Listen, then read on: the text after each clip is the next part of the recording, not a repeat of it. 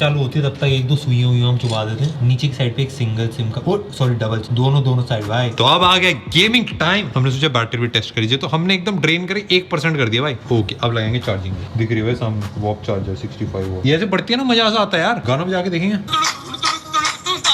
Copyright बुला रहा भाई। और इतनी देर हमारी 5% बैटरी हो गई 1 से।